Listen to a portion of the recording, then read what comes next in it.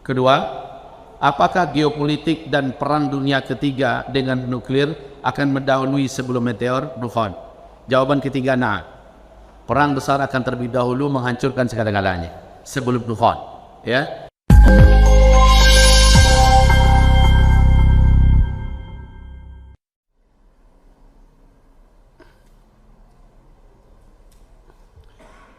Assalamualaikum warahmatullahi wabarakatuh.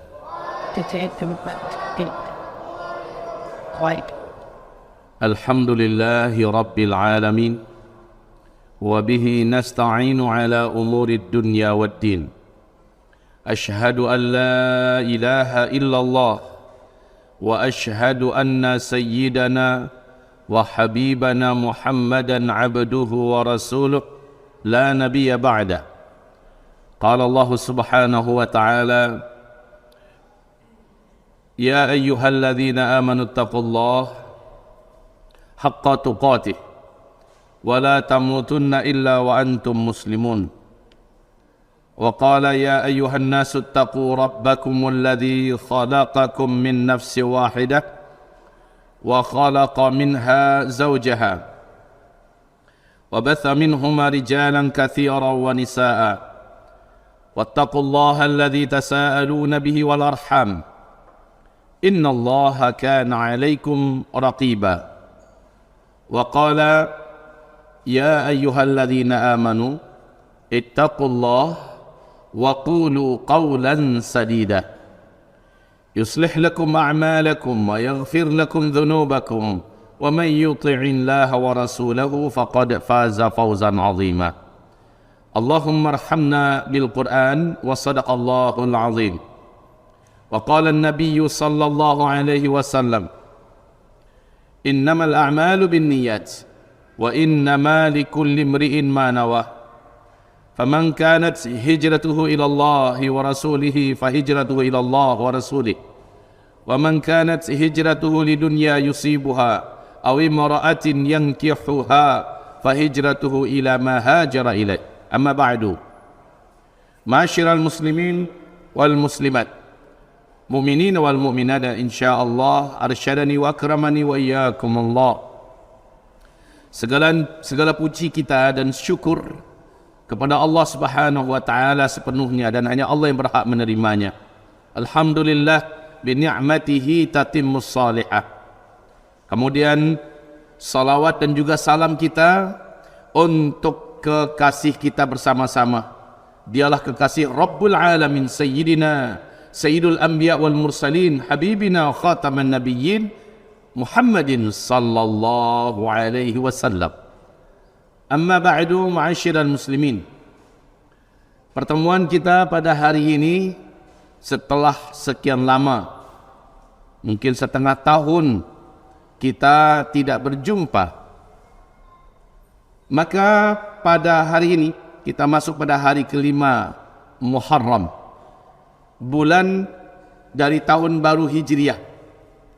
Alhamdulillah seluruhnya masih diberi oleh Allah iman untuk digerakkan hatinya kepada Allah oleh Allah menuju ke masjid ini.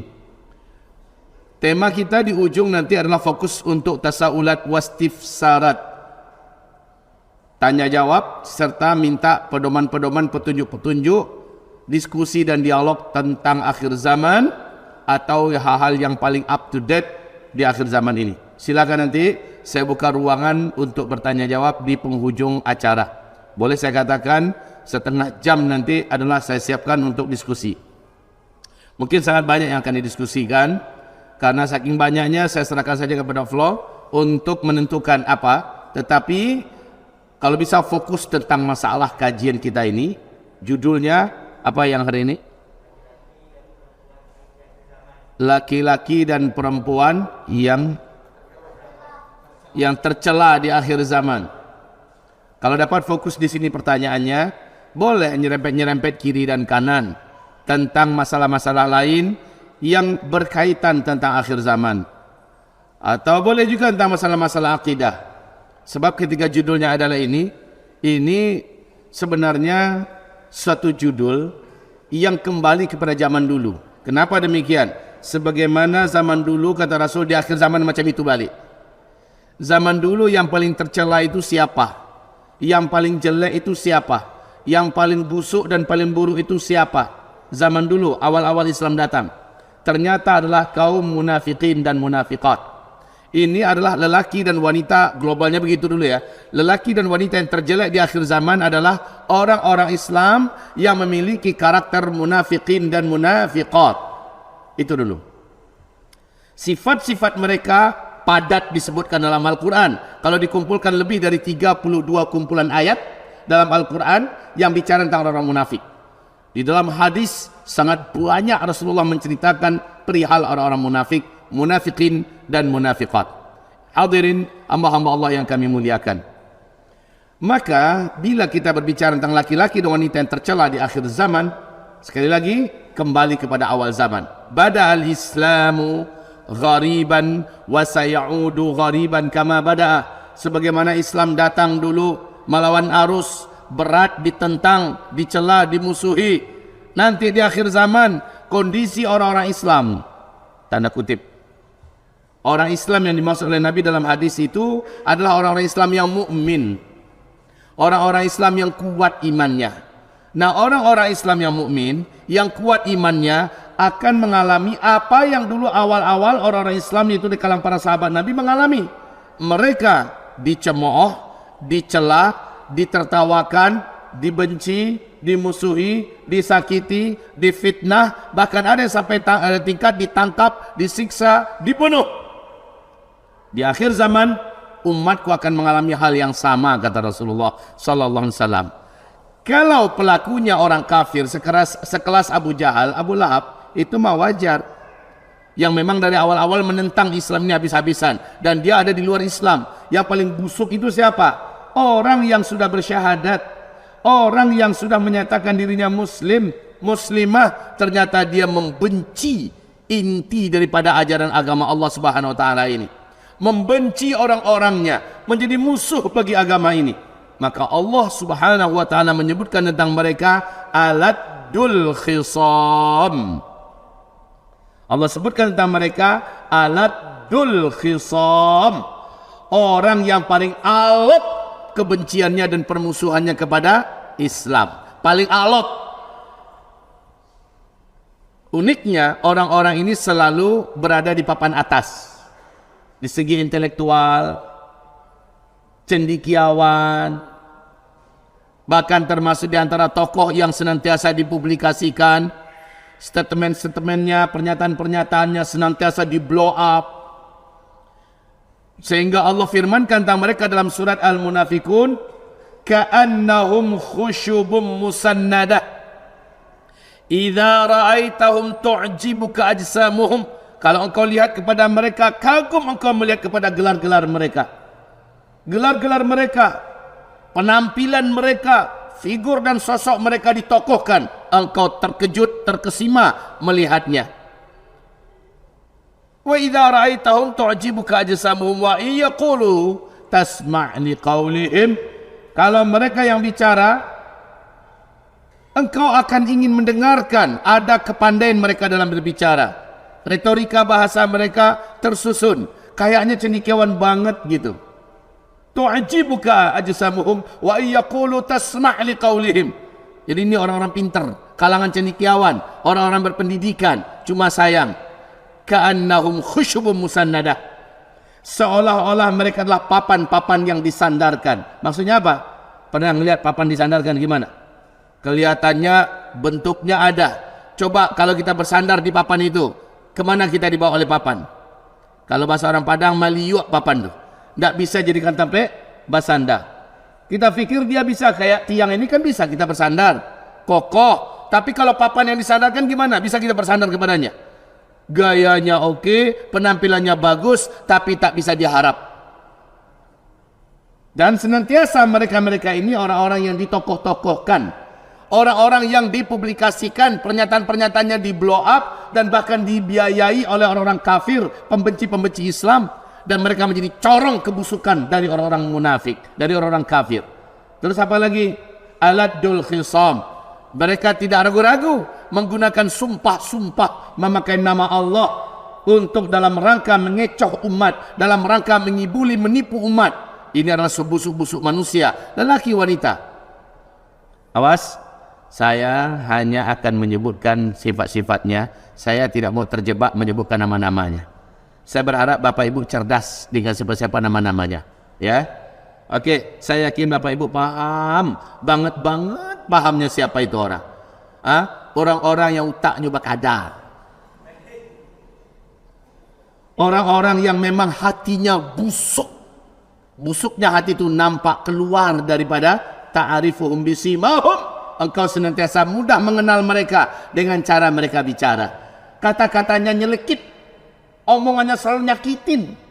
Selalu yang dihujatnya adalah syariat, yang diperanginya adalah mukminin mukminat, yang dibencinya dipusuhinya adalah ulama-ulama yang warasatul anbiya. Jelas siapa orang-orangnya itu, ya.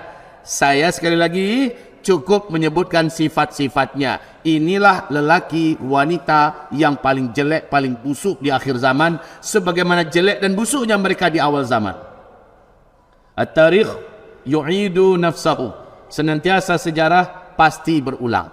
Saudaraku, hamba-hamba Allah yang kami muliakan, kira-kira bisa enggak ya ini kita berpindahlah ke sebelah sini?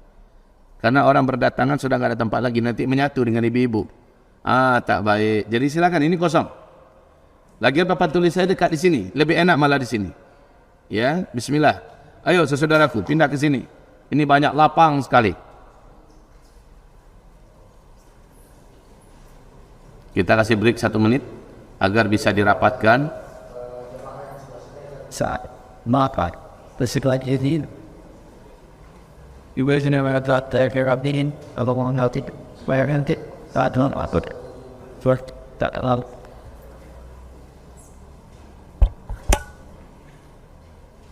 Yang bisa saya angkat mic-nya ada.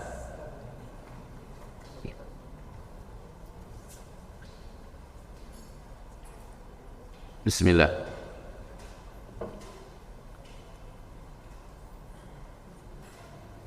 Hampir sepanjang zaman manusia terjelek di mata Allah, di mata Rasulnya, di awal zaman, di tengah zaman, di akhir zaman. Inilah orang-orangnya, munafikin dan munafikat. Cirinya secara fisik mereka adalah orang-orang kaya. Maaf, jangan anda tersinggung ya. Orang-orang kaya.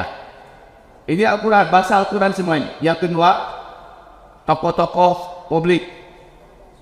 Tokoh-tokoh publik. Baik atas nama label agama atau non-label agama. Yang ketiga adalah para pemimpin atau penguasa. Pemimpin atau penguasa, apapun jenjangnya, jenjang lurah, jenjang camat atau sebagainya.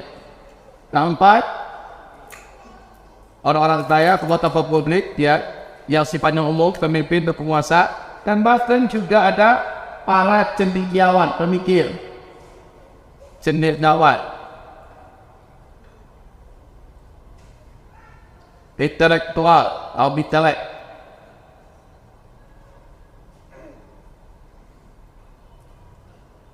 Yang kelima, makan para dai dan ulama.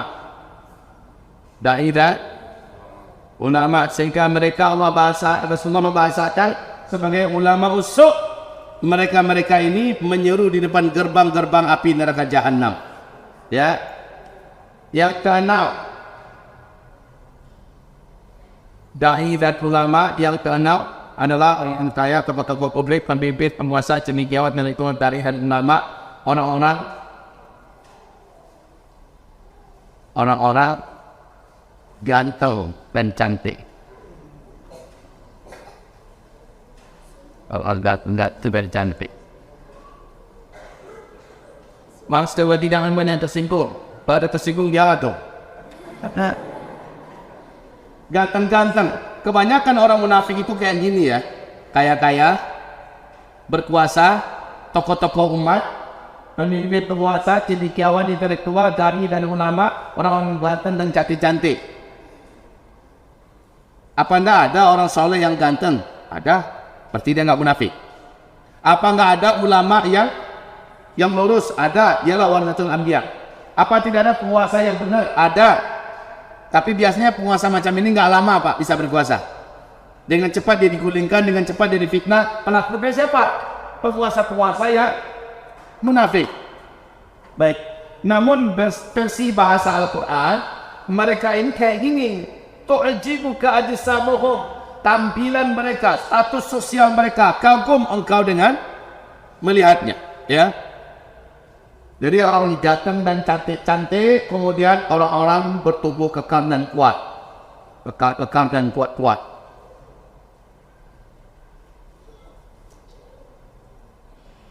Mana yang lebih banyak? Orang-orang kaya yang saleh, tokoh-tokoh kubur yang saleh beriman, pendidik-pendidik penguasa yang saleh dan beriman, cendekiawan-cendekiawan intelektual yang beriman, dai-dai dan ulama yang saleh dan beriman, orang-orang datang dan cantik-cantik yang saleh dan beriman, kekal-kekal dan buat tapi saleh dan beriman. Mana yang banyak? Munafikinnya atau mukminin mukminatnya? Mana yang banyak?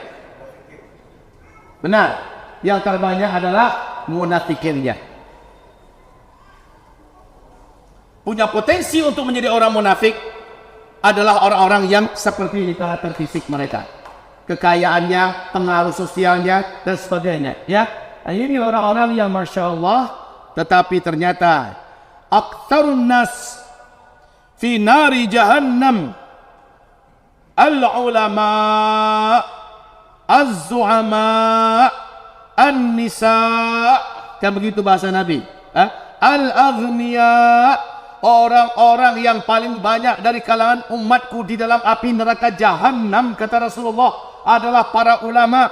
Ulama-ulama yang penjilat, ulama-ulama yang busuk, ulama-ulama yang menjual belikan ayat, ulama-ulama yang menyembunyikan kebenaran, ulama-ulama yang berpihak kepada penguasa yang jahat, ulama-ulama yang memutarbalikkan al-haq dengan al-batil, dan ulama-ulama setan, menjadi penyambung lisan setan. Mereka adalah ulama yang disebut dengan istilah dukun putih. Kaum muslimin, yang paling banyak aku lihat dalam api neraka Jahannam dari umatku, kata Rasulullah, para penguasa. Di hadis yang lain Nabi berkata, yang paling banyak aku lihat di kalangan umatku di dalam api neraka Jahannam adalah kaum wanita, kata Rasulullah sallallahu alaihi wasallam. Yang paling banyak aku lihat dalam api neraka dari kalangan umatku sudah orang-orang kaya, para penguasa, kaum wanita, para ulama. Ada yang tinggal. Siapa lagi kaum muslimin? Orang-orang yang dulu di dunia mendapatkan porsi dan posisi yang terhormat di tengah masyarakat, sementara mereka menjadi musuh bagi agama Allah Subhanahu wa taala. Baik, globalnya dulu begitu. Ibarat Allah, apakah tidak perlu Bapak Ibu mencemaskan perkara ini? Seharusnya kita wajib cemas, Pak, karena Rasulullah bersabda, perbandingan umatku yang di dalam surga dengan umatku yang masuk ke neraka adalah setiap 100 orang dari umatku, satu yang ke dalam surga, 99-nya masuk neraka. Apakah tidak menjadi kecemasan serius bagi Bapak Ibu ini semua? Hamba Allah, makhluk Allah yang bicara ini, sampai hari ini tidak merasa tenang dengan diri saya sendiri, Pak. Saya tidak merasa yakin saya ini akan selamat. Demi Allah, saya bukan bermanis muka, saya bukan menanam tebu dan madu di lidah dan di bibir ini, tidak. Saya sendiri tidak merasa yakin saya akan selamat di mata Allah. Kenapa? Saya tahu betul apa-apa masa lalu saya, siapa diri saya tahu persis. Maka mungkin 100 orang yang satu dalam surga itu bisa jadi bukan saya orangnya, yang satu itu. Maka setiap Bapak, kita belajar yuk kepada para sahabat. Seluruh sahabat tidak merasa tenang. Jangan-jangan saya termasuk orang munafik itu. Jangan-jangan saya ingin menegaskan beberapa hal kepada Bapak Ibu semua. Semoga masih ingat waktu kita di Masjid Al-Falah dulu. Ada pernah saya singgung ini sedikit. Siapa yang pernah ikut kajian dengan saya di Masjid Al-Falah? Ya, pernah ikut kajian dengan saya di Masjid Al-Falah sebelum Covid. Ya, hanya beberapa orang. Baik, waktu itu saya sampaikan mudah sekali. Ibnu Abi Mulaikah di dalam kitab Fathul Bari, syarah Sahih Imam Al-Bukhari oleh Syekh Ibnu Hajar Al-Asqalani. Di sana disebutkan Ibnu Abi Mulaikah ini muridnya Abdullah Ibnu Abbas, sahabat Nabi. Dia punya murid namanya Ibnu Abi Mulaikah. Dia adalah level tabi'in ya, level generasi kedua setelah Nabi meninggal. Lalu orang ini muncul dan menjadi muridnya Ibnu Abbas. Setelah dia mapan, keilmuannya luas, dia menulis apa pernyataannya? Aku telah berkunjung dan berkeliling, berjumpa dengan banyak manusia yang semasa dengan Nabi Muhammad SAW. Aku telah bertemu dengan 30 orang sahabat-sahabat Nabi yang beriman. Seluruh mereka memiliki kesamaan karakter, kesamaan ciri. Yang 30 orang sahabat ini sama semua. Satu, setiap sahabat Nabi merasa imannya masih sangat lemah. Seluruh sahabat Nabi merasa imannya masih sangat lemah. Bandingkan dengan kita, Pak. Baru ngaji 2 bulan, 3 bulan, perasaan itu udah kayak waliullah. Baru dapat 1-2 guru, kayaknya kita ini sudah khalifatullah di muka bumi. Ya. Kayaknya sudah nggak ada lagi cacat celah dan mungkin sudah pastilah 100% surga itu sudah kayaknya kaplingan kita itu.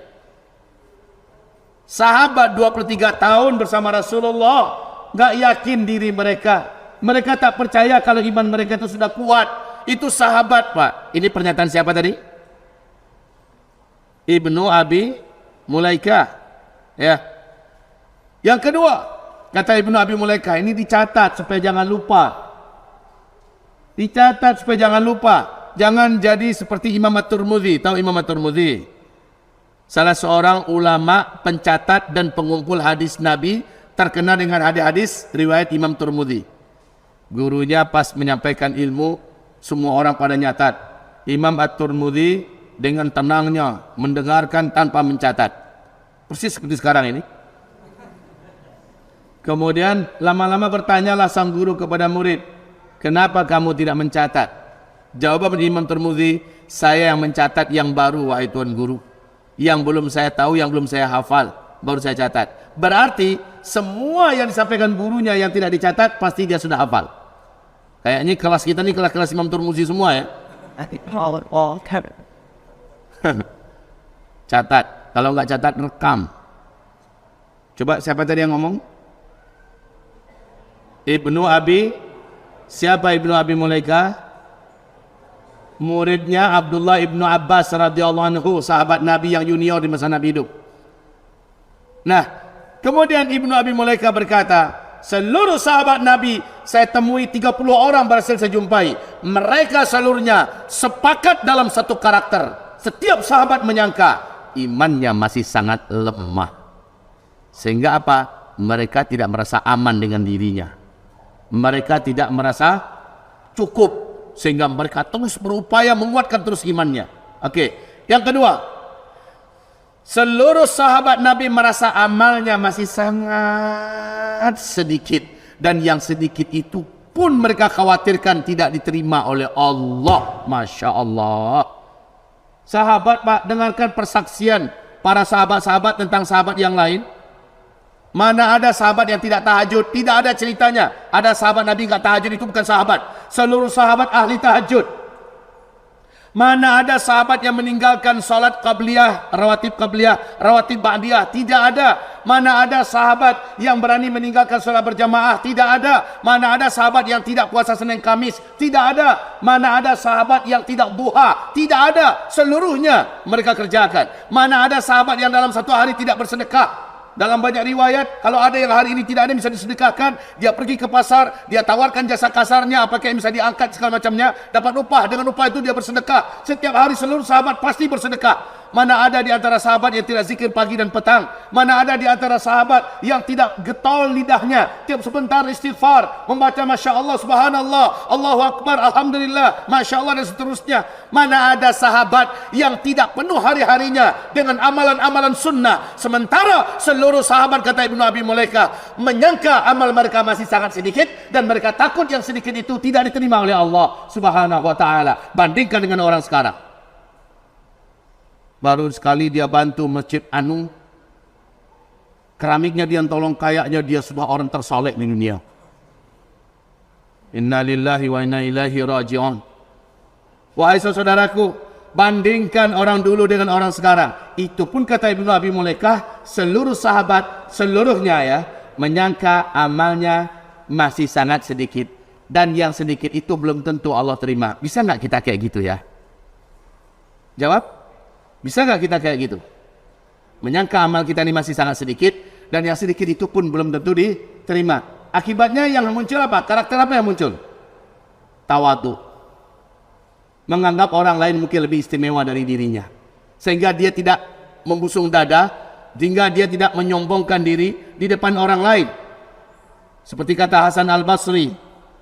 Hasan Al-Basri berkata, kalau saya berjumpa orang yang lebih tua dari saya langsung menyangka bahwa amalannya sudah jauh lebih banyak daripada saya, bahwa dia pasti akan menjadi orang yang akan di dalam surga Allah Subhanahu wa taala. Itu keyakinan saya, bahwa saya ini nggak ada apa-apanya dibandingkan orang yang sudah lama hidup ini di atas ketakwaan kepada Allah. Kalau saya berjumpa dengan orang yang sebaya dengan saya menyangka mungkin orang ini ilmunya lebih tinggi dari saya, mungkin orang ini punya kelebihan khusus dan istimewa di sisi Allah sehingga menjadikan saya menghormatinya dan memuliakannya. Kalau saya berjumpa dengan lebih muda, maka saya akan melihatnya penuh iri dan cemburu. Dia punya masa depan yang lebih dalam daripada saya, masa depan yang lebih mulia dan lebih harum daripada saya, sehingga dia pun akhirnya mendapatkan tempat dan posisi yang besar di hati Hasan Al-Basri. Orang yang kata seluruh para tabi'in paling dekat mirip dengan Rasulullah fisik wajahnya dan akhlaknya adalah Hasan Al-Basri. Hasan Al-Basri begitu mandangnya Pak, supaya dia senantiasa tawadu. Dia lihat orang itu lebih darinya terus. Beda dengan orang baru gelar LC aja sedikit, baru gelar MA aja baru gelar doktor, entah apa-apa itu gelarnya, sudah merasa kayaknya dagunya udah mendongak, ngeliat orang ke bawah terus. Ibarat Allah bandingkan dengan karakter para sahabat. Oke, ini yang ketiga. Yang berapa bro? 2 ya. Yang ketiga. Ini keren sekali. Seluruh sahabat Nabi, apabila mereka ditegur, bila mereka diperingatkan dengan ayat atau dengan hadis, diluruskan ia dengan nasihat, mereka langsung surut, mereka langsung melunak, mereka langsung menyimak, mereka langsung bersyukur, berterima kasih, bersyukur pada Allah, berterima kasih pada orang yang menasihati. Seperti kata Ali bin Abi Thalib radhiyallahu anhu, iqbalil haqqa walau kana min saghir. Kalau anak kecil yang menyampaikan nasihat kepadamu dan itu benar, terima walaupun itu anak kecil. Bandingkan dengan orang sekarang Pak, ang salimu ang selon tapui dia le. Kajambana lu lurus le. Ya. Kencing lu belum lurus, ingus lu belum kering, udah berani nasihatan gua. Gua ni paman lu. Gua ni mama lu. Sudah macam-macam caranya Pak. Tidak begitu para sahabat. Kalau para sahabat kalau benar pasti diterima. Langsung melunak. Contoh. Siapa yang tidak kenal dengan Amirul Mukminin Umar ibn Khattab, Khalifah Islam terkuat sepanjang sejarah. Setelah Abu Bakar, Umar yang naik. Nabi bersabda, kalau ada Nabi yang berhak lagi muncul menjadi Nabi setelah aku, Umar lah orang yang berhak menjadi Nabi. Saking kuatnya karakter Umar ini.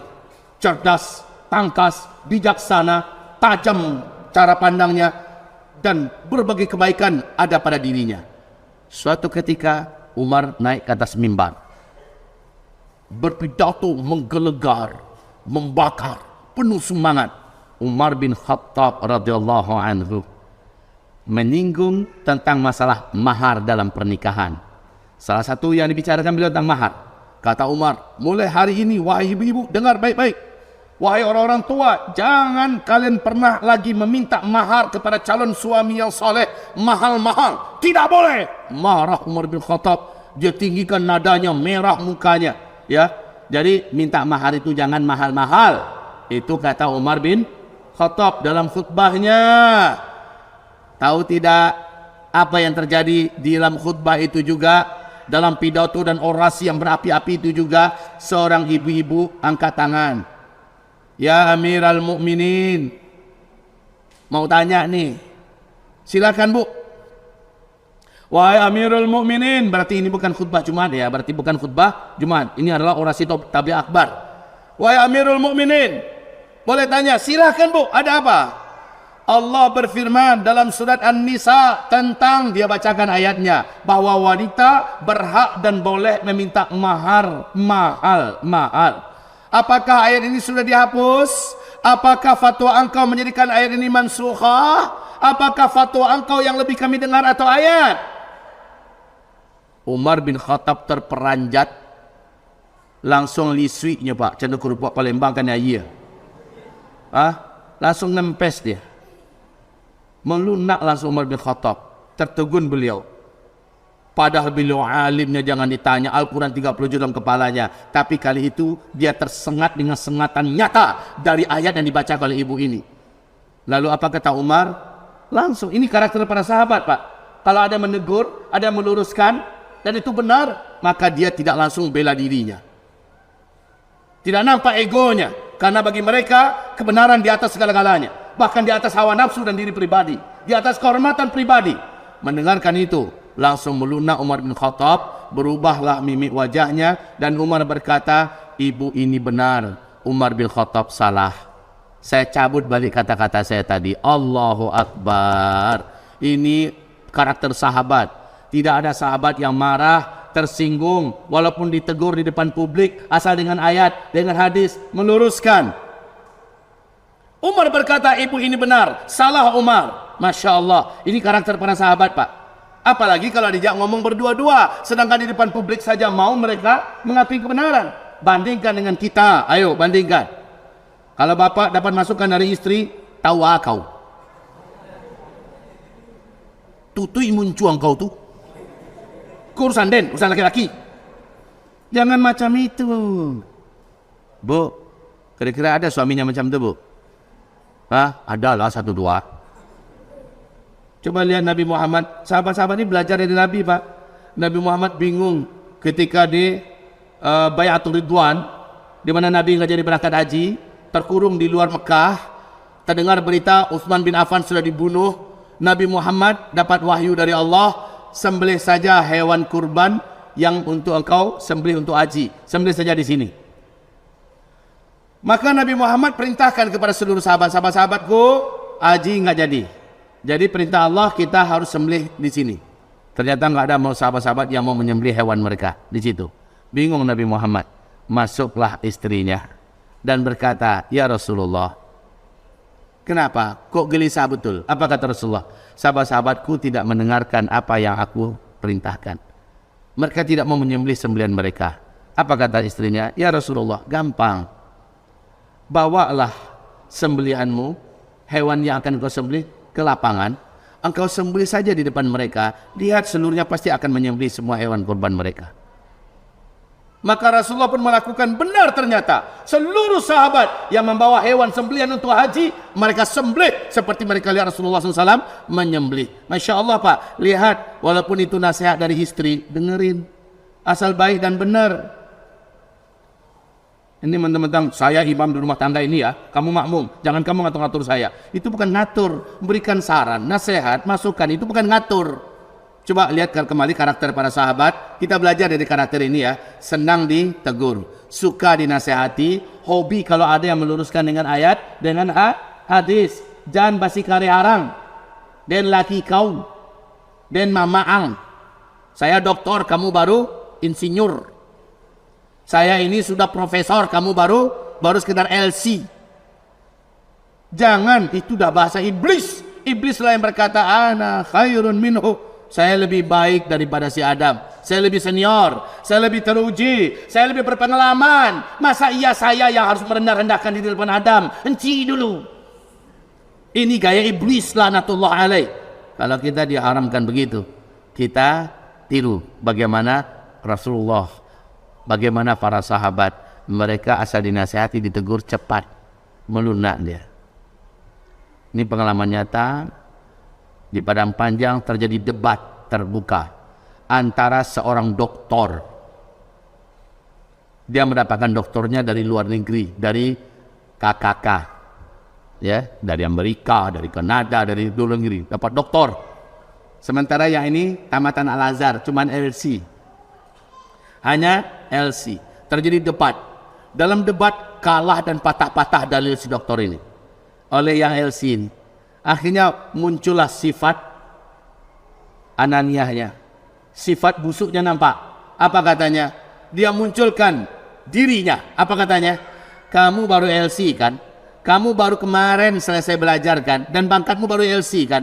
Saya ini sudah doktor. Nggak level kamu berani membantah doktor. Ini adalah Ini adalah lembaga ilmiah. Jadi level yang harus berhadapan dengan saya itu level doktor, bukan macam kamu. Setelah dia tidak mampu mengalahkan dalil-dalil yang dibacakan oleh sang LC, muncul gaya iblisnya. Na'udzubillah. Maaf, kembali kita pada pembicaraan kita nomor 5. Dai dan ulama atau cendekiawan dan intelektual menyombongkan diri. Ibarat Allah yang kami muliakan. Selanjutnya, berapa baru? 3. Yang keempat. Yang keempat dari apa? Jangan kehilangan fokus. Yang keempat dari apa?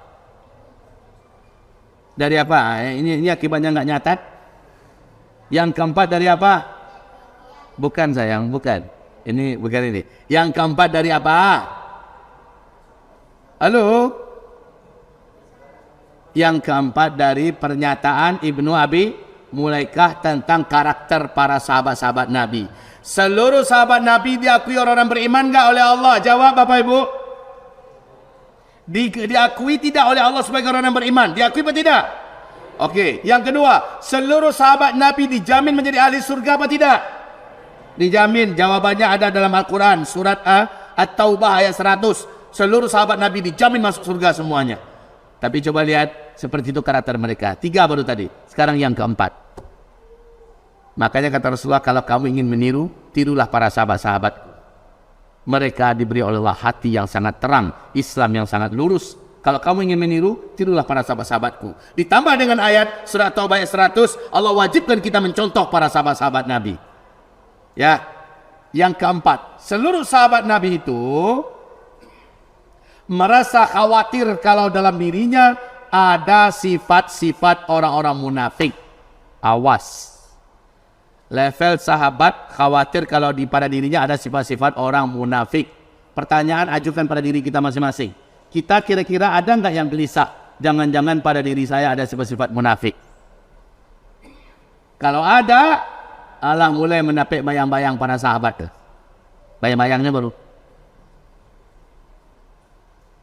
Jangan sampai mengkaji. Memang kajian tentang orang-orang munafik itu dari 32 sampai 36 sifat munafik dalam Al-Quran ya. Mulai kita mengkaji sifat munafik. Nomor 1, nomor 2. Yang dia periksa bukan dirinya dulu. Nomor 1 ini mirip kayaknya si Anu yang punya. Yang nomor 2 ini, atau ini teman saya. Orangnya dia betul ini. Lah kapan kamu akan mengigi diri kamu sendiri? Nyenterin diri kamu sendiri. Harusnya nomor 1 ada nggak di saya ya? Nomor 2 ada nggak di saya ya? Periksa-periksa baik-baik. Kalau ada cepat taubat pada Allah Subhanahu wa taala, kalau ada cepat muhasabah, kalau ada cepat kembali kepada kebenaran dan kebaikan, kalau ada cepat inabah kepada Allah Subhanahu wa taala. Baik. Yang keempat, seluruh sahabat Nabi, tidak ada satupun yang tidak merasa khawatir jangan-jangan sifat munafik itu ada pada saya. Tolong dijawab, dan ini bolehlah angkat tangan, nggak apa-apa. Siapa di antara Bapak Ibu yang pernah mengkaji tentang 34 sifat-sifat orang munafik di dalam Al-Quranul Karim seperti yang dituliskan oleh Syekh Ibnul Qayyim Al-Jauziyah? Mohon angkat tangan. Ada yang pernah mengkaji itu tidak? 34 sifat-sifat orang munafik dalam Al-Quran yang dikumpulkan oleh Syekh Ibnul Qayyim Al-Jauziyah dari dalam Al-Quranul Karim. Ada yang pernah mengkaji ini belum? Ada yang pernah belum? Tidak ada yang angkat tangan, berarti belum semua. Coba saya tanya, ada tidak di antara kita yang belum pernah ngaji tentang 34 orang munafik dari Syekh Ibnul Qayyim Al-Jauziyah yang disandarkan di Al-Quran? Angkat tangan yang belum. Inilah fakta. Inilah kenyataan. Dan ini bukti kejujuran. Dan itu bagus sekali. Ketika kita angkat tangan, berarti kita mengakui memang kita belum pernah mempelajarinya. Kalau begitu, saran saya kepada PAS. Mana? Panitia PAS mana? Panitia PAS. Ya, ini Musas ya. Musas. Oke, saran saya kepada panitia Musas. Wajib gelar acara khusus seminar 1 hari tentang membedah orang-orang munafik sepanjang sejarah. Menurut Al-Quran dan Sunnah. Wajib. Seluruh kita wajib menghadiri acara seminar tersebut. Dari pagi sampai petang. Kaji tentang sifat-sifat orang munafik di dalam Al-Quran. Saya punya kitab Pak, 2. Tebalnya segini, bahasa Arab. Al-munafiquna wal munafiqat fil Qur'anil Karim. Orang-orang munafik lelaki dan munafik-munafik wanita di dalam Al-Quranul Karim. Sekarang PAS dan Musaz wajib memprakarsai adakan seminar bedah tentang orang-orang munafik di dalam Al-Quran. Sifat-sifat mereka. Dan saya nggak tahu 1 hari itu dah cukup apa belum ya. Saya pernah bicarakan sifat-sifat orang munafik ini di Wesal TV. Awal-awal Wesal TV dulu muncul, saya pernah mengkajikan sifat orang munafik. Kalau nggak salah baru sifat orang munafik yang ke-13 atau ke-14 saya diberhentikan ngaji di sana. Kenapa diberhentikan? Kajian Ustadz keras sangat. Kajian Ustadz berbahaya, banyak yang tersinggung. Kalau kembali kepada sifat para sahabat bagaimana? Malah senang dia dapat siraman yang akan nyenterin karakter dirinya masing-masing. Senang dia, memburu, jangan-jangan pada diri saya ada sifat tersebut. Kalau kita gelar acara itu hadir tidak ya? Kalau kita adakan acara seminar sehari, kira-kira sanggup tidak hadir? Sanggup? Catat itu Musas. Catat itu PAS. Laki-lakinya datang, wanitanya datang. Kalau enggak muat tempat ini, cari muat tempat yang lebih lapang. Agar ini betul-betul tersampaikan kepada umat. Di akhir zaman, umat Nabi paling banyak menjadi munafik laki-laki, munafik wanita di akhir zaman. Dan ini adalah orang-orang yang akan kekal di neraka jahanam selama-lamanya. Perkara ini bukan perkara kecil. Ini perkara dahsyat, perkara berat, perkara hebat. Allah menyebutkan dalam Al-Quran sifat orang munafik menjadi satu nama surat. Surat Al-Munafiqun. Surat Al-Munafiqun. Ma'adhanallah. Dia dalam Al-Quran 5 ayat pertama Allah bicara tentang orang munafik. Surah Al-Baqarah ya. 5 ayat pertama Allah bicara tentang orang mukmin ya, orang mukmin. 2 ayat berikutnya Allah bicara tentang orang-orang kafirin. Tapi 24 ayat berikutnya Allah bicara tentang orang munafik. Mana lebih banyak ayatnya? Banyak ayat tentang orang-orang munafik. Orang mukmin cuma 5 ayat, orang kafir cuma 2 ayat, tapi orang munafik 24 ayat. Panjang orang bercerita. Ditambah lagi cerita orang munafik yang puadat dalam Al-Quran. Dan ini perlu dan wajib dibedah kaum muslimin. Masya Allah. Ini maaf, orang-orang munafik itu salah satu ciri perangai mereka. Kalau ada kajian-kajian yang mengarah pada pembahasan yang sifatnya menyinggung karakter orang-orang munafik, dia langsung merasa tersinggung. Apa kaji pajago? Ya. Awak ini ceritanya nampaknya kok ada nama masan nampaknya. Sajak bila lu kaji ku di bangkai-angkai siku awak padahal tembaknya. Orang munafik itu ciri khasnya begitu. Yahsabuna kulla sayhatin alaihim. Mereka selalu meyakini, mereka selalu berprasangka setiap kajian-kajian keras ditujukan pada mereka. Padahal bukan mereka yang dituju oleh sang da'i, sang ustaz, sang ulama. Tapi yang merasa siapa? Dia. Akhirnya mulai dilarang. Yang nama ustaz ini nggak boleh ngaji. Ini ustaz ini nggak boleh ngaji. Kenapa? Kareh kajinya. Ternyata yang banyak kena itu puncak kadarnya. Makanya dia merasa tersinggung, merasa sakit hati. Ma'adhanallah. Tayyib, selesai. Ini PR buat bapak ibu semua. Kewajiban ini bukan pada Musas, kewajiban ini ada pada bapak ibu semua. Pada anak-anak remaja, pemuda-pemudi yang ada di sini, wajib hukumnya fardu ain, bukan fardu kifayah. Setiap saudara-saudaraku, saudari-saudariku mempelajari sifat-sifat orang munafik total dari pagi sampai petang. Seminar sehari tentang munafikin dan munafikat dalam Al-Quran. Catat ini Pak Saiful. Catat ini jadi kewajiban yang harus digelar bersama-sama. Siapapun yang menyampaikannya terserah. Ada Dr. Mustafa Umar, minta kedatangan beliau, berikan seminar sehari. Beliau adalah ahli tafsir, kita tidak meragui kedalaman ilmunya. Minta kepada beliau, siapa ulama-ulama yang kita segani, ulama-ulama yang kita yakini kelurusan ilmunya, sampaikan tentang munafikin, munafikat fil Quranil Karim, total, seluruhnya. Dan sebaiknya ambil satu rujukan yang mudah, yaitu yang ditulis oleh Syekh Ibnul Qayyim Al-Jauziyah berkaitan tentang munafikin, munafikat dalam Al-Quranul Karim. Selesai. Inilah dia orang-orang terjelek dari umat Nabi di akhir zaman. Dan mayoritas umat Nabi nanti di akhir zaman, masih ingat? Saya mengkaji bahwa di akhir zaman Nabi umat sudah telah menjadi dua belahan. Masih ingat kajian kita Fustofain.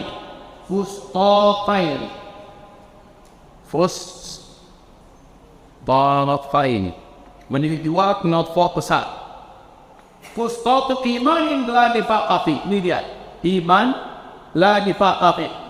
Kelompok yang diisi oleh orang beriman, la nifaqa fi. Tidak ada kemunafikan pada orang itu. Ini di akhir zaman. La nifaqa fi. La nifaqa fi. Dan dari kelompok ini rafustatu nifaqi wa imanati. Kelompok yang diisi oleh orang munafik, la imanafi. Tidak ada iman dalam kelompok ini. Na'udzubillah. La nifaqa nifaqun la imanafi. Ini dia. Ternyata di segitu ini mayoritas, mungkin 85 sampai 90%. Sementara kali ini mungkin hanya 10 sampai 15% jumlahnya di akhir zaman mayoritas ini. Apakah kita nak khawatir kalau jangan-jangan kita masuk dalam hitungan yang ini? Maka setelah mengangkat Allah tentang munafikin dan munafiqat di dalam Al-Quranul Karim adalah kewajiban hukumnya fardu ain. Ini berkaitan tentang kita, ada nggak di situ? Kayak Umar bin Khattab, menjelang Umar meninggal, Rasulullah di dekat Abu Hudzaifah Ibn Yaman. Abu Hudzaifah Ibn Yaman. Ada secari kertas digulung oleh Rasulullah, diserahkan kepada Abu Hudzaifah. Apa kata tersipan dia? Di dalamnya sudah ditulis sama nama orang munafik. Jangan engkau umumkan nama-nama orang ini ke siapapun. Engkau boleh mengungkap kalau dia ada amalnya sini meninggal dia mengungkap bahwa nama tersebut ada di surat wasiat Rasulullah, maka yang bersangkutan tidak boleh dimandikan, tidak boleh dikafani, jangan disolatkan, dan jangan dikuburkan kuburan orang Islam. Di situ ada umat ya, yang dipercayakan Rasulullah untuk memegang wasiat tebat. Kenapa? Bukan ada umat. Gelisahlah seumat. Gelisahlah su. Kenapa? Bukan ke saya. Jangan-jangan ada nama saya di situ. Umar putar akal. Dia orang cerdas, Pak. Sangat cerdas. Apa ya? Bagaimana ya agar saya bisa tahu bahwa tidak ada nama saya di sana. Meninggal Rasulullah, Umar didempetinya terus. Lengket terus Umar dengan Hudzaifah bin Yaman ini. Lama-lama kan gerah juga Hudzaifah bin Yaman. Lalu apa kata beliau? Ente ngapain sih ngikutin saya terus? Apa katanya? Saya ingin jamin bahwa surat itu tidak ada yang merampasnya dari tanganmu. Iko lo bahasanya. Saya lebih kuat dari engkau, saya lebih bisa menjaga. Harusnya ke saya dong Rasulullah titipkan itu. Tapi biarlah karena sudah di tanganmu, ya saya akan ikut menjaganya. Katanya, nggak perlu. Ya, tapi saya minta kepada engkau, kata Umar bin Khattab, saya ikut menjaganya, tapi saya minta kita harus berbagi rahasia. Kita berdua saja yang tahu nama-nama siapa yang di dalam itu. Apa kata Abu Hudzaifah bin Yaman? Oh, sorry. Kau sudah dengar kemarin kan? Pesan Rasulullah apa? Tidak boleh seorang pun selain saya yang tahu tentang nama-nama yang ada di sini, kecuali yang bersangkutan meninggal dunia. Ya. Kaum muslimin tambah gelisah. Umar seluruh gelisah sekali. Singkat cerita, Umar pun berkaca-kaca, matanya memohon dengan sangat kepada Hudzaifah bin Yaman. Saudaraku, aku tak akan memaksamu untuk kita bersekutu dalam mengetahui siapa-siapa nama di dalamnya, karena memang Rasulullah sudah menyampaikan demikian. Tapi aku minta kepada engkau, ceritakan padaku, ada namaku tidak di dalam catatan itu? Ada namaku tidak dalam catatan daftar nama-nama orang-orang munafik dalam catatan itu? Menangis Umar bin Khattab, nangis, betul-betul menangis. Abu Hudzaifah bin Yamani berkata, tidak ada, namamu di dalamnya tidak ada. Baru lapeh gala Umar, baru senang, cerah wajahnya, baru dilepaskan oleh Umar Hudzaifah bin Yamani ini. Ya, tidak lagi dikuntitnya, tidak lagi diekorinya, tidak lagi diikutinya. Masya Allah, coba lihat Pak, sekelas Umar. Bapak Ibu tahu siapa Umar bin Khattab? Salah satu di antara 10 sahabat yang diumumkan oleh Nabi Muhammad bahwa mereka adalah orang yang dijamin masuk surga. Betul tidak? Sekelas Umar bin Khattab saja cemas, jangan-jangan di diri saya adalah orang-orang munafik. Sekali lagi, kita bagaimana? Ayo saudaraku, kita bagaimana? Kita sok-sok alim di muka orang, siaknya minta ampun. Kalau sholat itu di muka orang depan masjid itu, di masjid itu lah, nak tanggung lama ni tu.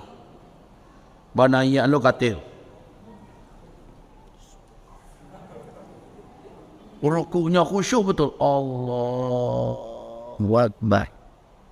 Tapi coba lihat, ketika di belakang orang, bagaimana sholat kita? Ketika di belakang orang, bagaimana kita dengan handphone? Apa yang kita lihat di handphone kita? Apa yang kita tonton di handphone kita? Di belakang orang, bagaimana sikap kita pada orang tua kita? Di luar gayanya kayak malaikat sedang berjalan di bumi. Tapi di rumah, bagaimana adab kita pada orang tua kita? Adab kita pada istri kita? Adab kita pada suami kita? Lihat di rumah, bagaimana?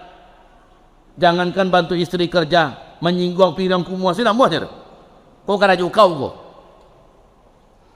Ada sapu yang ada kotoran, sapu nampak, dia tidak mau bantu menyapu karena dianggap itu pekerjaan bininya. Dia pura-pura tidak tahu bahwa Rasulullah langsung terjun di rumah tangganya membantu kerjaan istrinya ketika di rumah. Dan Rasulullah tidak pernah malu-malu. Rasulullah tidak malu-malu mencuci di rumah. Rasulullah tidak malu-malu menyapu di rumah. Rasulullah tidak malu-malu menjahit di rumah. Rasulullah tidak malu-malu untuk membantu kerjaan istri di rumah. Kita bagaimana? Rancak di labuh. Di labuh bantu malaikat turun ke bumi. Bantu waliullah sedang berjalan. Tapi bagaimana akhlaknya di rumah sana? Makanya kata Rasulullah, akmalukum imanan ahsanukum khuluqan li ahli wa ana ahasinukum khuluqan li ahli. Orang yang paling sempurna imannya di antara kalian semua, yang paling baik akhlaknya kepada keluarganya, yang paling baik akhlaknya kepada keluarganya, pada istrinya. Coba lihat akhlak kita pada istri kita bagaimana. Maaf ya Pak ya, semoga sekali lagi tidak ada di sini yang tersinggung. Kalau ada yang tersinggung, tapik berarti pengajian ini. Memang pengajian ini adalah memberikan obat kepada yang sedang sakit. Kalau situ sakit, karena singgung sakit itu menandakan kajian ini benar dan yang bersangkutan sakit mudah-mudahan sembuh. Kecuali kita singgungnya bangi ya tu, keluarnya langsung sudah tu. Ya, itu jalan itu orang munafik tu. Tapi tak singgungnya dia awak banakan nema. Astagfirullah ya Allah. Ampuni ambo ya Allah, ya salahmu. Salah itu orang mukmin. Kalau orang munafik kurang aja Ustaz. Aku mau banci dan dengan pengajian lo. Apalagi ada orang jauh-jauh jangguit kepada kau. Baik kaum muslimin yang kami muliakan. Baik, ini pernyataan yang jelas dari Ibnu Abi Mulaikah. Masih Ibnu Abi Mulaikah, lanjutan. Dan saya sudah berjumpa dengan banyak orang munafik di Mekah, di Madinah, di berbagai tanah Arab. Saya berjumpa dengan orang-orang munafik. Seluruh mereka punya 4 sifat yang sama, 4 karakter yang sama. Seluruh orang munafik. 1, seluruh orang munafik menyangka imannya sudah sangat kuat dan kokoh. Kebalikan dari yang tadi ya. Orang munafik menyangka imannya sudah kokoh. Lah tamek dengan kitab tauhid, lah tamek dengan kitab al-aqidah oleh Ibnu Taimiyah, lah selesai dengan kajian akidah, lah banyak ayat yang dipelajari tentang masalah tauhid, masalah akidah, lah kami akidah din. Nah, saya bahasa Minang boleh Pak? Sudah duduk masalah kajian akidah, masa imannya itu sangat kuat sekali. Innalillahi wa inna ilaihi raji'un. Orang munafik menyangka imannya sudah sangat kuat. Ini adalah laki-laki yang terjelek, wanita yang terjelek, dan di akhir zaman tidak sedikit orang macam itu. Dan dia jahilul adalah tentang masalah tauhid. Saya kajian tauhid sudah tamat. Bahkan saya doktor dalam masalah tauhid. Ya Allah ya Rabbi. Digoyang DPT 1M langsung berubah. Tidak sedikit nih, maaf, dai-dai kondang nasional hanya gara-gara 1M berubah. Alhamdulillah. Habibuna Habib Rizik Syihab, Masya Allah, bukan 1 T lagi Pak, 10 T disodorkan. Berubah tak dia? Tegar. Nyawanya hampir digantikan oleh perjuangannya. Tegar. Semoga Allah menjaga beliau. Amin. Selanjutnya, yang kedua, sifat orang munafik yang saya temui, kata Ibnu Abi Mulaikah. Seluruh orang munafik sudah berbangga-bangga dengan amalannya. Merasa amalannya sudah banyak, dan amalannya banyak itu Allah terima semua. Ini orang munafik Pak. Apa yang dia kerjakan dulu tahun yang lalu, 5 tahun yang lalu, dia ingat terus. Ambu haji dulu, entah berapa kali khatam dia ambu ketika haji itu. Padahal sampai bulan, sampai puluh hari ya, antara 10 kali dia ambu khatam Quran. Lalu merasa panjang pada amalannya, sudah merasa penuh amalannya. Ini orang munafik Pak. Baru dia mampu sedekah 1 juta, 1 RW tahu kalau dia bersedekah 1 juta. Maaf ya Pak ya, baru dia beli sapi 1,2 ton. Se-Indonesia tahu. Lalu disembelih lah, diumumkan dulu. Ini adalah sapi si fulan. Setelah itu pas penyembelihan melawan sapinya. Alah joleh itu. Ini orang-orang ini merasa amalannya sudah sangat banyak. Pergi haji, sedang umroh, live, update status. Tabaliah lu pakai itu? Astagfirullahaladzim. Sedang tahajud, foto lu lagi qiyamul lail. Anamu itu. Amalan tidak seberapa, berbangga-bangga pula dengan amalan itu dan merasa amalan itu diterima oleh Allah. Ini betul-betul munafik asli itu. Tapi coba lihat ketika dia sholat, bangunkan dia untuk tahajud. Coba kalau bangun, ditinjunya pakai hidung. Terus yang ketiga, seluruh orang munafik yang saya temui, kata Ibnu Abi Mulaikah, cepat sekali marah, tersinggung ketika dia dikritik. Cepat sekali marah, tersinggung ketika dia dinasehati. Ketika dia ditegur dengan ayat, dengan hadis, langsung marah dia, tersinggung. Dan dia anggap orang yang menasihati busuk hati. Oh, dia anggap orang yang menegur, menasihati buruk sangka. Ang buruk sangka kadang tu yo.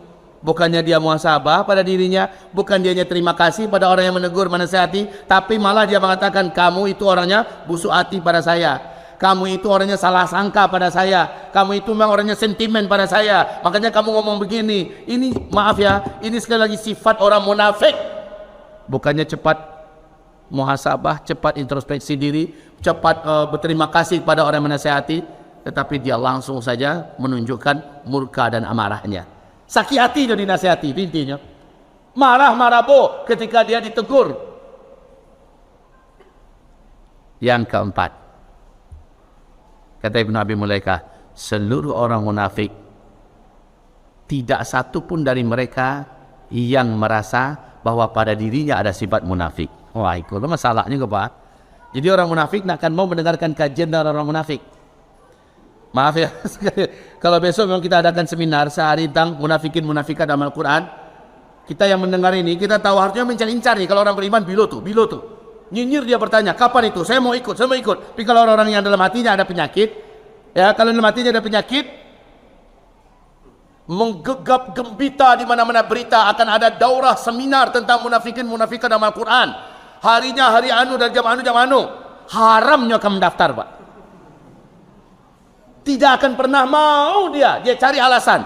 Keluargamu barangkali, kucingmu beranak, macam-macam lah alasannya. Ibarat Allah, ifatifillah, arsyadini wa iyakumullah. Jadi, coba kita lihat karakter mereka, bandingkan dengan kita hari ini. Kalau mau tahu siapa orang yang tercela laki-laki dan wanita di akhir zaman, maka fustatu nifaqin, Fustatun nifaqin la imana fi. Kelompok yang penuh dengan kemunafikan, tidak ada iman di dalamnya. Nah, ini yang perlu kita follow up. Pengajian berikutnya wajib dalam bentuk seminar sehari. Ya, saya tidak tahu tempatnya nanti di mana dan gurunya siapa. Kalau boleh saya saran, minta dengan penuh hormat kepada Dr. Mustafa Umar agar beliau menyampaikan sifat-sifat orang munafik dalam Al-Quranul Karim dari pagi sampai sore. Kalau tidak bisa beliau, minta kehadirat Ustadz dan guru kita, Dr. Adi Hidayat. Ya, minta beliau, karena beliau juga pakar dalam masalah Al-Quran, masalah tafsir. Minta beliau, datangkan orang-orang yang ahli itu. Semoga barokah insyaAllah ta'ala. Saya diminta tadi, Ustaz, mohon sampaikan info agar jamaah dihimbau untuk mereka membantu infak dakwah operasional Musaz. Ya, nanti tim berjalan setelah Ustaz kasih instruksi. Saya kasih instruksi sekarang. Mana tim? Ini timnya. Tanpa mencintai, mengurangi rasa cinta kita pada anak-anak kita. Mana yang matang-matang, yang dewasa-dewasa tampil. Karena kalau macam itu seribu-seribu dan keluar biti itu ya. Ya, Masya Allah. Ini anak-anak ini semangat kayak gini dipupuk nih Pak. Ya, kita bersupport mereka. Tapi biarlah untuk menjalankan kotak ini yang kadang-kadang lah diminta. Lihat ada kadang-kadang. Ya, Bapak Ibu saya kasih tahu ya, PAZ Musaz adalah organisasi para pemuda-pemudi yang bergerak di bidang dakwah, sosial dan pendidikan. Mereka bergerak tidak ada donaturnya secara tetap. Mereka bergerak seperti mengadakan acara-acara begini sering sekali terkendala oleh masalah biaya operasional. Dan saya tahu insya Allah mereka adalah orang-orang amanah, orang-orang jujur. Acara macam ini Pak, Ibu, tidak akan bisa digelar kalau tidak ada bensinnya dari kita. Maka bensinnya adalah kantong kita masing-masing. Maka bismillah, ya Allah ini untuk fisabilillah. Ya Allah ini adalah untuk dakwah. Tolonglah Pak, tolong dakwah agama Allah ini, tolong iqamatuddin ini. Ya ibu-ibu, yang akhwat, tolong dijalankan. InsyaAllah ya, ini sekali lagi adalah untuk biaya operasional fisabilillah yang dikelola oleh Musaz. Musaz itu Muslimah Sadar Akhir Zaman. Baik. Yang laki-laki tolong jalan dulu. Mana dia? Nih. Ini kota sedang jalan. Jangan pura-pura enggak lihat. Ada pura-pura enggak lihat, ada yang pura-pura tidur pas kota lewat di depannya. Kalau orang beriman malah membimbaunya. Skus.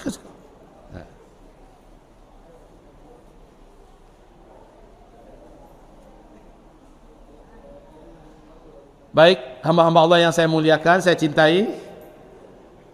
InsyaAllah ta'ala, tanya jawab saya buka apabila ada yang mau bertanya. Tetapi di akhir zaman, kata Rasulullah, kamu akan temukan karakter ini. Orang-orang kaya, para pemimpin, ya, para penguasa, para cerdik pandai, yang hobi mereka satu, zalim kepada yang dipimpinnya. Dua, banyak dusta ketika dia memimpin dan mendustakan serta berbuat curang bohong kepada rakyat yang dipimpinnya. Hadis sahih riwayat Imam Muslim. Rasul mengatakan ada jenis pemimpin di akhir zaman, baik pemimpin agama, para ulama, baik pemimpin di pemerintahan, para penguasa, baik pemimpin di segi intelektual, ya, kalangan cendekiawan. Mereka banyak berbuat zalim dan mereka banyak berdusta dan curang. Siapapun yang bergabung dengan mereka, kata Rasulullah, siapapun yang berpihak dengan mereka, siapapun yang menjadi tim mereka, siapapun menjadi anak buah mereka, siapapun yang ada di majlis mereka, aku bukan nabi mereka. Dia bukan umatku. Di hari kiamat kelak dia tidak berhak mendapatkan pertolonganku, kata Rasulullah sallallahu alaihi wasallam. Jadi saya ulangi, hadisnya sahih riwayat Imam Muslim. Di akhir zaman akan muncul para pemimpin-pemimpin, pemimpin di pemerintahan, pemimpin di intelektualitas keagamaan, pemimpin dalam masalah di dunia pendidikan, pemimpin di perusahaan dan sebagainya. Mereka zalim-zalim orangnya dan mereka banyak curang dan suka berbohong kepada yang di bawahnya. Apabila ada di antara kalian umatku yang bergabung dengan mereka, bersatu dengan mereka, menjadi tim mereka, ya, berpihak kepada mereka, ada di bawah organisasi mereka, maka kata Rasulullah, dia bukan umatku, aku bukan nabinya, di hari kiamat dia tidak berhak mendapatkan syafaatku, tidak berhak mendapatkan pertolonganku. Masya Allah. Dan tidak boleh mendekati telaga Nabi pada hari kiamat. Alhamdulillah. Ayo. Setelah mendengarkan uraian ini, maka inilah dia tipikal-tipikal pemimpin atau tipe-tipe orang-orang munafik fi akhir zaman. Baik, ini dari akhwat dulu pertanyaannya. Pertama, onde mande ku buat makalah ke? Panjang aleng. Bisa tolong dibaca cek Pak Sebo.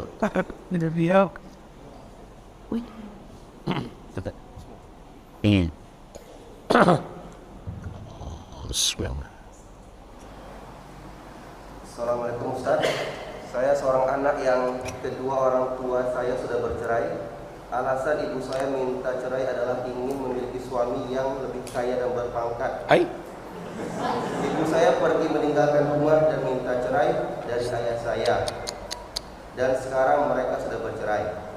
2 tahun kemudian ayah saya menikah lagi dengan perempuan yang agamanya lebih baik, sikapnya juga lebih baik. Tapi saya ini Ustadz belum bisa ikhlas karena orang tua saya bercerai. Ini dengan teman-teman yang memiliki orang tua kandung lengkap. Bagaimana saya harus bersikap Ustadz? Sementara ibu saya masih sibuk mencari laki-laki yang berpangkat. Saya mohon masukannya Ustadz. Saya juga belum ikhlas ayah saya menikah lagi meskipun istrinya baik. Saya harus bagaimana Ustadz?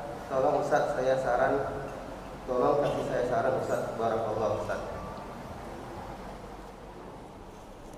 View gare.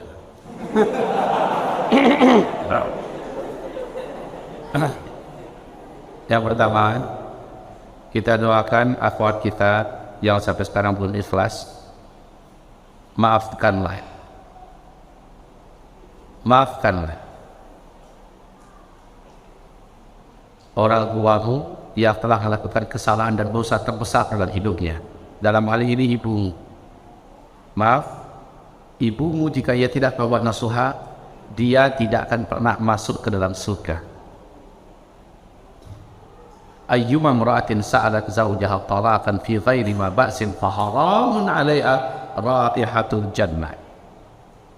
Wanita mana saja, istri mana saja minta cerai dari suaminya tanpa alasan yang dibolehkan menurut agama, wanita itu atau istri itu haram mencium bau angin surga. Jangankan masuk surga, mencium angin surga saja haram bagi dia. Supaya tidak ada dendam di hati. Dan sebaiknya doakan ibu yang masih hidup dan masih dalam pencarian laki-laki kaya. Yang kedua, ayahmu menikah kembali dengan wanita yang solehah, yang lebih baik agamanya. Engkau tidak ikhlas. Itu bahagian daripada beriman pada takdir.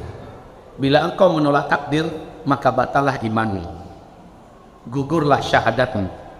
Engkau bukan lagi seorang muslim atau muslimah. Bahwa terjadi perceraian, kemudian orang tua kita menikah kembali dengan orang yang lebih soleh atau lebih solehah, kita tidak ikhlas, berarti kita menolak takdir dari Allah Subhanahu wa taala. Bukankah kita sudah beriman? Al-imanu bil qadari khairi wa syarri, menerima dan mengimani takdir dari Allah yang baik dan yang buruk. Apapun bentuknya, ini sudah Allah yang buat setelannya, dan itu adalah takdir yang wajib diterima. Tidak menerima dan tidak ikhlas tidak akan bisa merubah keadaan. Saya tidak ikhlas bercerai lagi soal ayah kita dan wanita itu, tidak akan terjadi begitu juga, ya. Orang yang tidak ikhlas masuk dalam hadis Nabi berikut ini. Hadisnya hadis kursi. Apa sabda Rasulullah? Allah berfirman, man lam yashkur bi ni'mai, orang yang tidak mau mensyukuri nikmat-nikmat yang aku berikan kepadanya, walam yarda bi qada'i, dia tidak suka, dia tidak ridha, dia tidak ikhlas menerima ujian, dia tidak ridha menerima ketetapan dan keputusanku, walam yasbir bi balai, dan dia tidak sabar, dia tidak ikhlas menerima ujianku, dia tidak sabar menjalaninya, falyakhruj min tahti adimi samai, kamu kata Allah keluar, falyakhruj min tahti adimi samai, keluar dari kolong langitku. Wal yatlub rabban siwaya, cari Tuhan selain aku. Marah betul Allah. Jadi saudariku, campakkan rasa tidak ikhlas itu. Taubat kita pada Allah. Kita wajib menerima apapun yang Allah telah tetapkan. Toh ayah kita bukan jatuh ke tangan perempuan pelacur. Ayah kita bukan jatuh ke tangan wanita murahan dan rendahan. Dia telah mengambil jalan yang benar, menikah ke beliau wanita lebih kuat agamanya. Kita berurusan dengan Allah, bukan dengan orang tua kita saja. Ya, maka dengan itu tumbuh rasa hormat kita pada ayah kita. Kita dan semua apa yang ada pada kita milik ayahmu. Anta wa maluka li abik. Engkau, jiwamu, badanmu, dagingmu, otakmu, hatimu, bahkan umurmu, ayahmu yang punya. Maka tidak berhak kita untuk tidak mengikhlaskan pernikahan ayah dengan wanita mana. Anggaplah ternyata ibu kita tobat, lalu ayah kita kembali pada ibu kita, dan dia bawa istrinya yang baru, lalu dia menikah kembali dan menikah kembali 4 istrinya. Ikhlaslah selalu. Ayahmu lebih berhak menentukan apapun saja asal sesuai dengan syariat agama Allah yang berkaitan dengan hal-hal yang dibenarkan oleh Allah dan Rasulnya. Tidak boleh kita tidak ikhlas. Syariat Allah jangan dihadapi dengan tidak ikhlas. Maaf, sekalipun ini sangat berat diterima, hanya orang wanita-wanita yang beriman yang sanggup menerimanya. Apabila terjadi suatu hari kelak di masa-masa sulit dan berat, ternyata suami kita takdirnya di sisi Allah beristri 2, 3 dan 4, kita jangan sampai tidak ikhlas. Aku tidak terima ya Allah, berarti batal syahadat kita. Aku tidak terima ya Allah, berarti batal iman kita, batal Islam kita. Silakan doa Bu, ya Allah, sampai aku mati jangan pernah suamiku menikah dengan siapapun saja lagi ya Allah. Silakan berdoa dan itu tidak salah. Tapi kalau sampai terjadi dan dia dipilih oleh suami wanita solehah, beriman, dan dia tidak mengurangi hak-hak kita, lalu kita tidak ikhlas, kita tidak terima, batal syahadat kita, batal ikrar syahadatain kita, batal keislaman kita, gugur keimanan kita. Na'udzubillah. Jadi semoga yang bersangkutan tercerahkan dengan jawaban ini ya. Dan ini sebenarnya buat kita semua. Mudah-mudahan Allah SWT memberikan jalan keluar dalam setiap kesulitan dan meluruskan kembali rumah tangganya. Amin ya rabbal alamin. Pertanyaan berikutnya, ini, apakah kami harus pindah ke desa untuk menghindari krisis ekonomi, kelaparan dan virus? Kedua, apakah geopolitik dan perang dunia ketiga dengan nuklir akan mendahului sebelum meteor dufan? Jawaban ketiga, nah, perang besar akan terlebih dahulu menghancurkan segala-galanya sebelum dufan. Ya. Kemudian pertanyaan yang pertama, apakah kami harus pindah ke desa? Sekarang jangan pindah ke desa dulu. Sekarang tetap saja stay di kota, lanjutkan aktivitasnya secara normal, tapi yang di desa wajib dipersiapkan dari sekarang. Di desa wajib dipersiapkan, olah lahan tanahnya jadikan sawah, jadikan kebun, bukan kebun sawit. Mohon please, kalau dia mau percaya dan mendengarkan nasihat saya, jangan jadikan lahan kita melulu sawit, walaupun sawit lagi mahal sekarang, tapi ke depan yang dimakan itu adalah padi-padian, beras ya, bukan lagi sawit. Sawit kita nggak akan makan sawit. Dan tak lama lagi, hitungan bulan insya Allah kita semua akan mengalami kelangkaan biji-bijian muka bumi ini. Padi, jagung dan sebagainya, tanamlah itu. Dari sekarang persiapkan, kalau memang ada lahannya di kampung, siapkan di kampungnya, sawah ladang, perkebun-perkebun yang ada, olah menjadi biji-bijian yang bisa ditanam. Termasuk jagung-jagung, termasuk juga umbi-umbian, ubi-ubian dan sebagainya. Ya, demikian. Saya pernah dicaci maki oleh seseorang yang tidak mau saya sebutkan namanya, gara-gara ustadz itu, gara-gara dia saya keluar dari MNS, gara-gara dia saya beli stok makanan banyak-banyak, saya jadikan gudang. Dia salahkan saya, itu menandakan orang ini nggak pernah dengar kajian saya utuh. Saya nggak pernah nyuruh orang untuk keluar dari PNS, saya nggak pernah nyuruh orang untuk lari dari kota, saya tidak pernah nyuruh orang untuk numpuk makanan gudang-gudang begitu. Saya menganjurkan dengan anjuran yang cerdas. Kita harus punya 2 plan jangka pendek, plan jangka panjang, dan dua-duanya dilaksanakan, dipersiapkan dengan matang, dengan cerdas, dengan benar. Iko bahaya mengaji, mendengar pengajian sepotong-sepotong, sekare-sekare, akhirnya ustadznya disalahkan. Ya. Bagaimana dengan setan gepeng? Maksudnya handphone ini, Apakah harus pindah ke GSM? Mengingat status WA bisa manan, bisa ceritakan kebaikan. Apa solusinya Ustaz? Setan gepeng. Mana setannya? Setiap kita sekarang ada fitnah Masih Dajjal. Handphone, ini adalah fitnah Masih Dajjal. Hadis Nabi tentang di akhir zaman tidak ada satupun umatku yang tidak terkena fitnah Masih Dajjal. Setiap umatku pasti akan masuk ke dalam rumah-rumah mereka fitnah Masih Dajjal. Wallahi, demi Allah, billahi demi Allah, tallahi demi Allah, ini adalah fitnah Masih Dajjal. Apalagi dengan virus ini, COVID-19, di mana sekolah-sekolah banyak yang tidak bisa secara tatap muka, tapi online. Orang tua yang selama ini gelisah berjuang menjauhkan anak dari HP dipaksa untuk membekali anaknya dengan HP. Sekarang anak-anaknya sudah tidak terkendali. Demi Allah, ini benar-benar fitnah Masih Dajjal. Pertanyaannya, apakah ini harus kita buang? Apakah kita harus bercerai dengan HP? Saudara-saudaraku, hamba-hamba Allah yang kami cintai, apa kita harus berpindah ke GSM? Apa maksudnya GSM ini? Handphone jadul. Ya, seandainya Bapak Ibu sanggup, itu lebih kuat untuk keamanan iman kita. Itu lebih kuat untuk keamanan privasi kita. Itu lebih kuat untuk keamanan, karena semakin canggih, radiasinya makin berbahaya, dan kita jarang, kadang-kadang sering lupa membaca zikir pagi petang yang bisa membentengi kita. Bahaya radiasi ini akan terlindungi selama kita zikir pagi dan petang. Habis sholat subuh kita zikir sampai terbit matahari.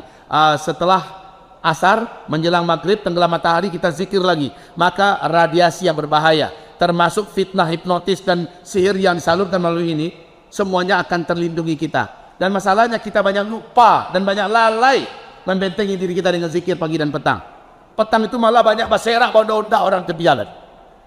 Bukannya zikir, bukannya baca Quran, bukannya membaca doa-doa perlindungan, tapi malah sibuk. Akhirnya berbahaya. Baik kaum muslimin, bila sanggup itu yang terbaik, dan itu adalah solusi yang lebih cerdas. Pergi berpindahlah ke HP-HP jadul, sekedar untuk nelpon dan SMS. Tujuan utama kan cuma itu. Ya, kalau saya punya HP begini, alhamdulillah 24 jam selagi saya tidak tidur, insya Allah saya lebih banyak mengikuti perkembangan berita-berita dunia, karena ini modal bagi saya untuk mengikuti terus perkembangan. Saya tinggal menyelaraskannya dengan apa-apa yang sedang menjadi kajian-kajian saya. Begitu kaum muslimin. Baik, pertanyaan berikutnya, Ustaz, kalau mau hijrah ke kampung akhir zaman setelah virus mengganas, apa ini, lalu lockdown, bagaimana? Kemudian datang lockdown, pindah ke kampung akhir zaman. Kaum muslimin yang kami muliakan, begini saja, cukup mudah kan, disederhanakan saja.